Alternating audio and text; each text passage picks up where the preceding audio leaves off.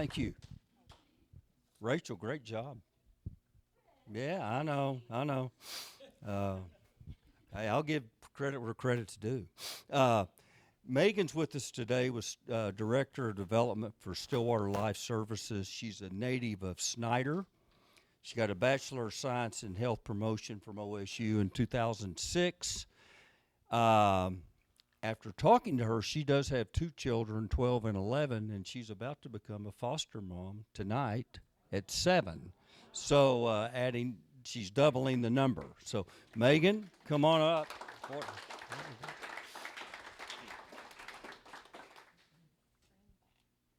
we go. Okay. Yes. Can everybody hear me okay? Yeah. Oh, good. I was afraid I was going to have to talk really loud. Okay. Well, like Chris said, I'm from Stillwater Life Services. Does anybody in here know about Stillwater Life Services? Heard the name? Well, that's good. It's also a little sad because we've actually been around for 36 years now, and a lot of people in our community just does not know what we offer, nor that we're even around. So I'm going to give you a little rundown. So our mission at Stillwater Life Services is to basically exist to promote a Christ-centered view of life and sexuality by offering hope and healing to women, men, and their families so they are enabled to make a positive life-affirming choices. So a lot of people, when they hear about what we offer, they think it's only for women. It's actually for the men as well. We do have a lot of fathers that come through our program. A lot of people that are coming through our program don't have a support system at home whatsoever. So they come to us, and of course, we're trying to mentor them and teach them on how to be a parent and how to be a good family as well. In our clinic, we are fully staffed. We do have a medical director. It's Dr. Tom Kearns. Most of you probably are familiar with who he is. We also have a licensed nurse that is on staff as well.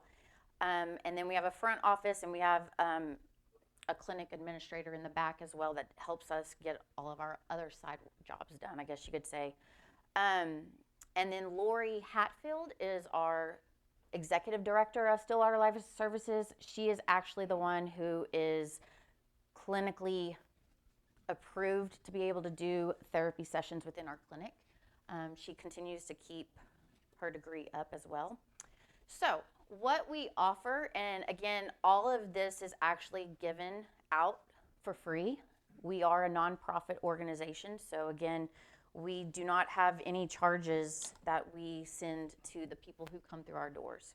So we do pregnancy testing, which is the normal testing that everybody would get to do. We also, if it comes down to not knowing how far they are, we sometimes will do the testing for the HCG levels to see if they're increasing, just to see if it is actually a true pregnancy. We do offer ultrasounds, and our biggest thing that we're really excited about is we just got done with our banquet back in September. We had applied for a grant for an ultrasound machine into our clinic because currently we have to send our clients over to Stillwater Medical Services to the women's clinic. But we actually raised enough money. We raised $32,000, so we are going to be purchasing an ultrasound machine, and we will have that in our clinic starting next year. We also do options education, and we do post-abortion support, and we also do nurse consultations. The options education is more in the sense of sexual health education. A lot of you would probably be surprised that we're not only seeing college students come through our doors, we are actually seeing high school students, and it's sad to say, but we also see junior high kids that come to our clinic with their parents trying to figure out what options they have based on their situation. Again, we do STI and STD testing. We actually have some facilities that send their clients actually over to us because we are a nonprofit. Our costs for the actual test are a lot cheaper. And with DLO being located right beside us, it's a good little relationship that we have with them. So again, we don't charge for anything that comes to pregnancy, but we do charge for the types of STIs and STDs that you can catch. So what we offer is parenting classes, and we also do referrals. Now, if you come into our clinic and you turn out to be pregnant and you don't have any support, that's where parenting classes come in. There's a system that we have, which I'm going to show you in a second. It's called Bright Course. This website offers basically different classes, and it teaches you how to financially move money, how to save money.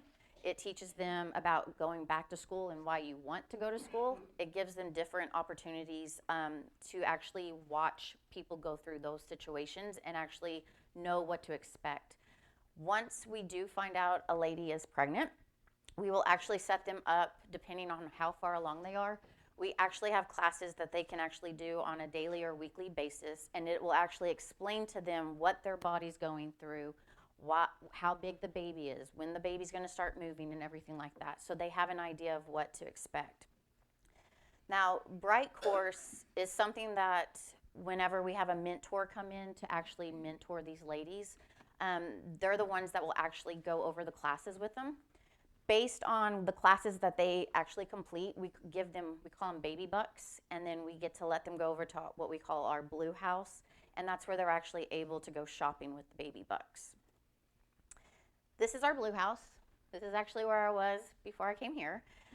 This little tiny house is about 1,000 square feet, and it has baby clothes from newborn all the way up to, I believe, 4T, 5T right now. We have baby shoes, socks, blankets. We have tons of stuffed animals. Every kid loves animals. We, of course, have all the hygiene items, and we have hair bows, pacifiers.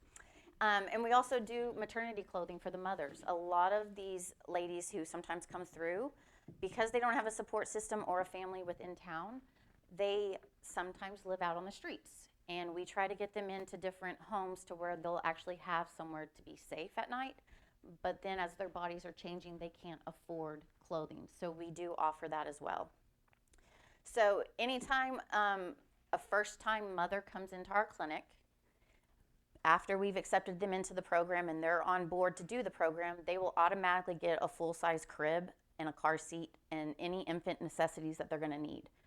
All of that, again, is completely free to them. And then parenting support. This is the side that I came from and I like. This is Bright Course. This is all of the classes that we are able to give them.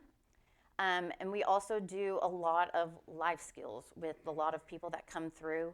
A lot of the people who come through, bless their hearts, didn't have proper care when they were raised, and they don't know a whole lot about love and how to nurture a baby. We actually had a guy come in, and he was going to show us how to change a diaper. He dropped the baby like 6 times. Not the actual baby. It was a baby doll. Baby doll. If it was a baby, we'd have problems. Yes, it was a baby doll because we were trying to teach him how to do it, and he's like, oh, I've got this. I can do this.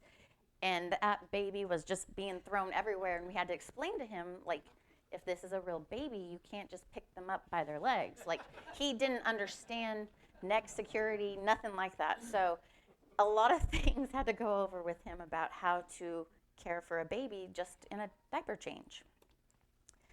This is actually how I came on board. I actually was a mentor to a very, very sweet lady. She had been through a really bad situation. She had been raped, and she kept the baby. And she went through this terrified and scared, and I had to deal with her coming off of drugs, back on drugs, while she was actually pregnant. So it was really hard to try to get her to understand there's certain things that you can't do now that you have a baby inside of you. And she did want an abortion, and we were able to talk her out of that and tell her, you know, we're going to help you through all of this. She kept the baby, and the little baby, Bella, is now 3 years old, and I just love her to death. But again, the mentoring is where we have volunteers come in, and we'll pair you up with one of our mothers, soon-to-be mothers, and you will actually walk through their entire pregnancy with them. And it is very eye-opening to see some of the people who can come through, and it's a little sad to hear their stories, but it's also nice to know that you're going to help them through this situation. So that's the mentor side of things. And we say, why choose us? It's to be obedient. We're pro-life. We are in the Bible Belt.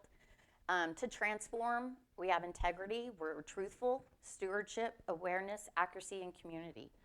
We want to be more involved into the community, but again, it's hard to get into schools because we are a faith-based organization.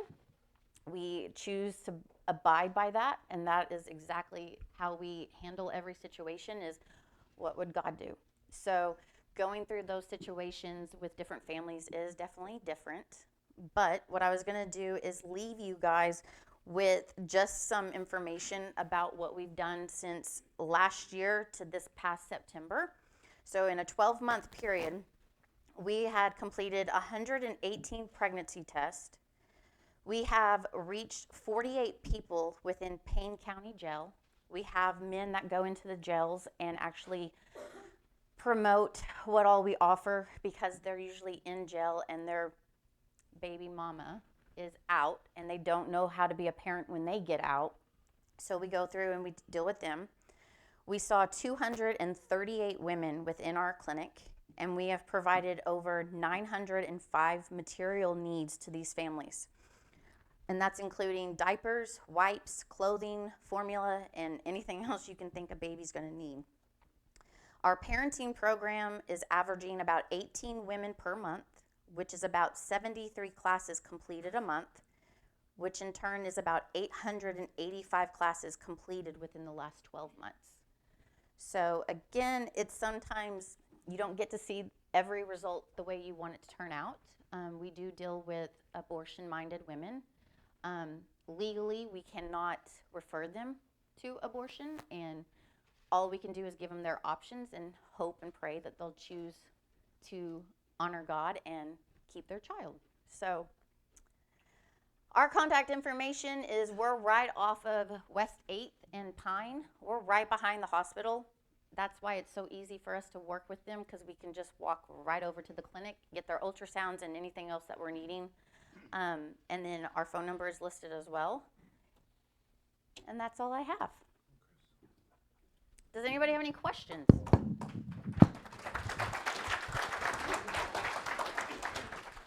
Yes, Tim. So how many babies have been born through your program within the last 12 months, for example? I can't answer that. I don't know. Okay.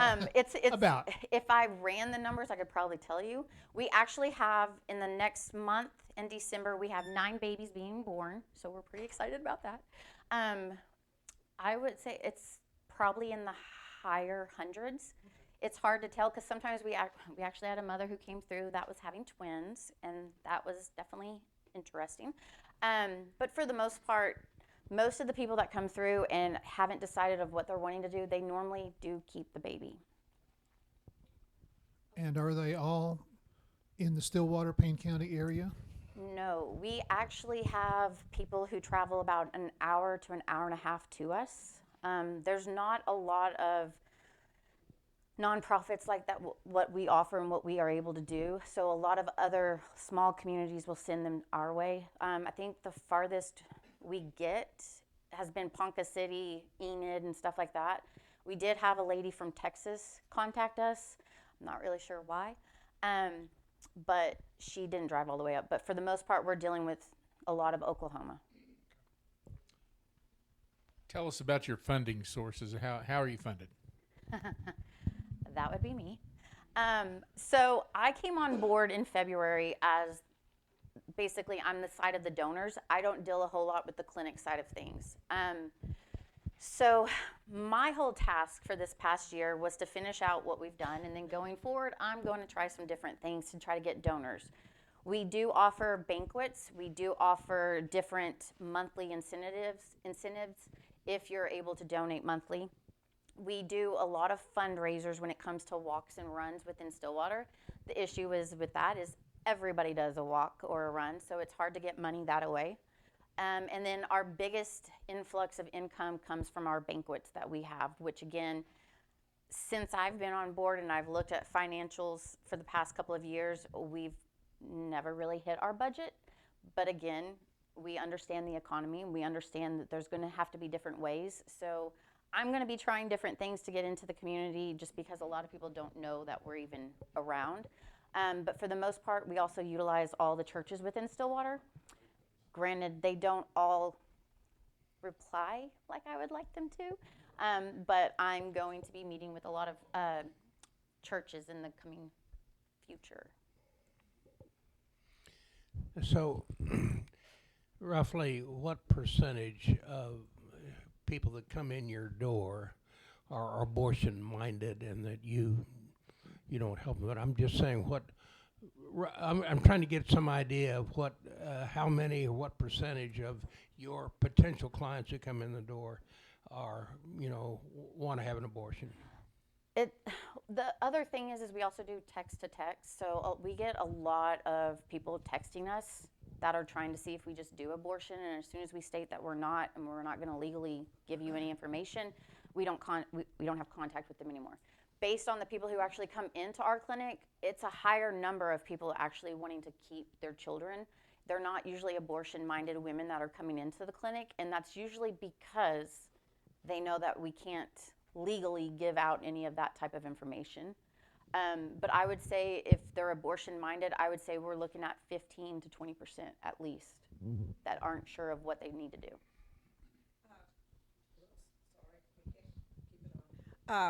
Do you offer adoption services or referrals? Yes. So what do we're you do not with an that? adoption agency, but we have connections with all the adoption agencies around. We do give a list of 3 to 4 lawyers that are in Stillwater that can help them with that process, and then we'll refer them actually to an adoption agency. We have had girls who will come in and want to keep the baby, but they don't want the baby, and they will turn it over for adoption. But we're with them through the entire process, even though we're not the ones actually doing the steps of everything. I have a couple of questions. One, do you work closely with Payne County Youth Services at all, or is that a different group? We do work with them. I mean, we are in contact with them. The issue that we run into a lot is some of the women who do decide to keep their children go down the wrong path still, and they will lose custody or they'll be back in jail. And the children that have been born and walked through everything with us, we usually will step in and try to help them with the courts and stuff like that, of making sure that the parents are where they're supposed to be, the baby's where it's supposed to be. We have ran into issues where we've had some issues where we've had to call the cops because, again, when you're on certain things, you're not thinking very clearly.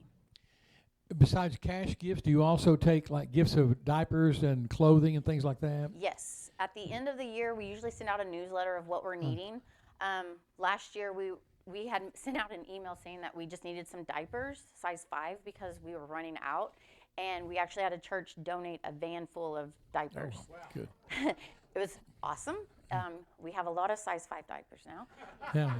Well, the reason I ask is our church is, before COVID, we had once a year we'd have Undie Sunday. Yeah, where we would bring everybody would bring clothes for little babies and diapers and onesies, and and ladies would make things, booties. And I wondered we're looking maybe for a place to have that start again and a place to donate to, but you take those things Oh, as yes. well. We take any and everything. All of the clothing that we actually give out to them when it comes to the baby bucks, when they turn it in, everything has to have a tag on it. We do not take any used items. All of our cribs are brand spanking new, still in the box. And sometimes we have to go and help them put it together because they can't read very well. And then, of course, car seats. We actually will put it in ourselves, and then we'll actually have them get it checked out by the police department just to make sure that everything's good to go. What would be your immediate and probably ongoing need as far as like in kind, something that you just say? Obviously, you talked about diapers. I mean, is there something, if somebody came to you right now and said, what is it you need right now, and what's the most common item that you continually need that somebody could just come along and just drop off regularly? Money. I said in kind. Yeah. No, the biggest thing for us to have whenever people are wanting to drop off is usually just hygiene stuff. We run out of diapers and wipes a lot because we allow each mother to come in once to twice a week if needed, which that doesn't normally happen, but usually they get to come in once a week and get diapers and wipes. So we run out of that a lot. Thankfully, with our formula, we've had a lot of that donated as well from Walmart and stuff like that. They do give us formula sometimes. We have to be careful because they sometimes will give it to us right at the expiration, and we are not giving that out. But for the most part, we have 3.5 rooms completely full of clothes at the Blue House. If we're looking for something, it's usually newborn or preemie, because we have a lot of preemie babies that get delivered and they don't ever have clothes that can fit. And then right now we do have a lot of blankets. They always get baby blankets. But that's anything that has to deal with helping the baby stay clean and fed. That's usually all we're really needing. Clothes we're pretty good on. Diapers, we can always use diapers. But for the most part, money, being able to help them. So, but yes. What's your annual budget? This past year, I should know this because I just had my budget meeting yesterday, is, I want to say, I should have just brought the paperwork. I want to say it was like 205. And we've lessened it even more for this coming year down to 189,000. We do not have a large budget. I kind of have two questions. You got the sonogram. Do you have a technician to run it? And where do you get your car seats? I actually don't know where Lori gets the car seats from. We have a room in the back of our office that is completely packed with car seats still in the boxes. And when we get down to a certain number, I think she actually goes and purchases them. I didn't know if there was a state program for you to get it. If there is, she's probably utilizing it. We apply for every and any grant that you can think of. We get denied a lot, but again, it is what it is. But I already forgot what the other. Oh, yes. Well, speaking of grants, we applied for a grant and was approved for the entire salary for 3 years for a technician. So we actually just hired a nurse. She's been with us, I think, for 2 months now. She is actually going to go next year and learn how to do everything, and she's actually going to be the one who does all of the ultrasounds. So we thankfully will have her budgeted for 3 years. How does someone sign up for your newsletter? You can just email me. Do you have cards with you? Okay, now this is the funny thing. So I didn't like the original business cards that they had, so I created my own, and they still haven't arrived, even though I've been there since February. But I do have little postcards that has our information on it, and you can actually scan it.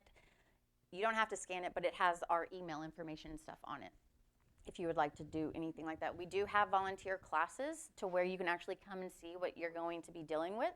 And then we also will determine what type of person you feel comfortable working with, because again, some people who come through are not your ordinary working hard type people. So again, we do volunteer courses as well.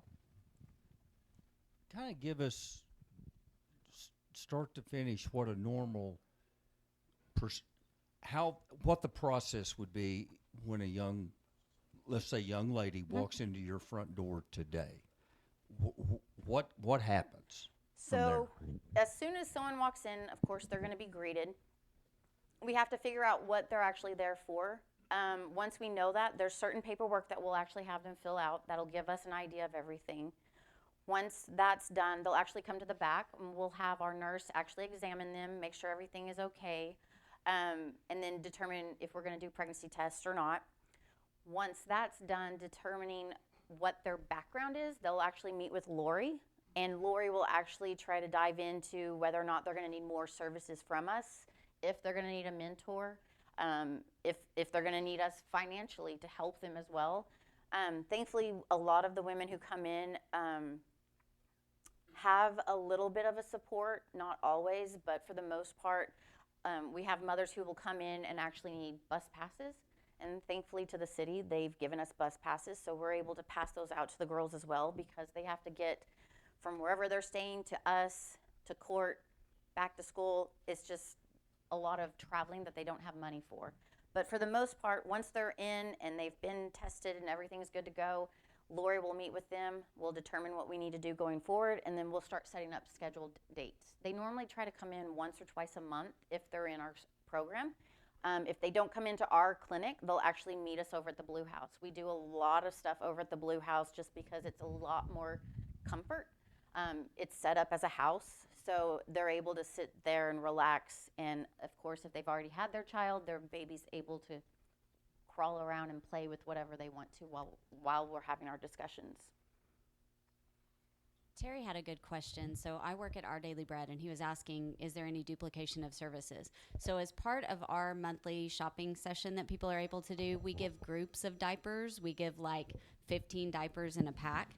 And we have formula when we have it, and we follow the same dates that you do. You know, there's things that we'll put out on our shelves that are past the best by date, but still safe to consume.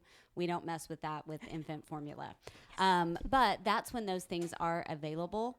If someone comes to us pregnant and scared, or they need diapers, wipes, and formula beyond what we can connect them with in a shopping session, we give them information for Stillwater Life Services and Birthright of Stillwater, which is the two organizations that provide support in our community. Okay, just a couple other things. Can you put the slide back up that has the information that somebody could take a picture of? Yeah. There you go. And then you talked about the college, high school, even junior high. Obviously, being a town that has the university here, is there a percentage of college young ladies that will come relative? Is it higher or lower than what you would think it is because we're in a college town? You talked a lot about maybe less taken care of or less educated young ladies. So. It honestly has depended, and this sounds really bad. When Stillwater has something big going on, like the calf fry or anything like that, that's when we see our influx of college students. But for the most part, we don't see a lot of college students. The ones that we do see are usually not from America, or they don't live in our state. They're out-of-state students that are like, I don't know what to do. And we've had some women, bless their hearts, just walk in saying, I just was tested, I'm pregnant, and just break down. And we've had to like pick them up, bring them to the back, because again, we are a clinic. But for the most part, I would say we deal more with the side of things not within schools. It's a lot of people that are on the street. We deal with a lot of women who are in abusive relationships. We deal with a lot of women who are just getting freshly out of jail. But again, depending on what's going on in town, that's usually the determinant part of it for when we see those college students. Mm-hmm. Any other questions? Thank you guys very much.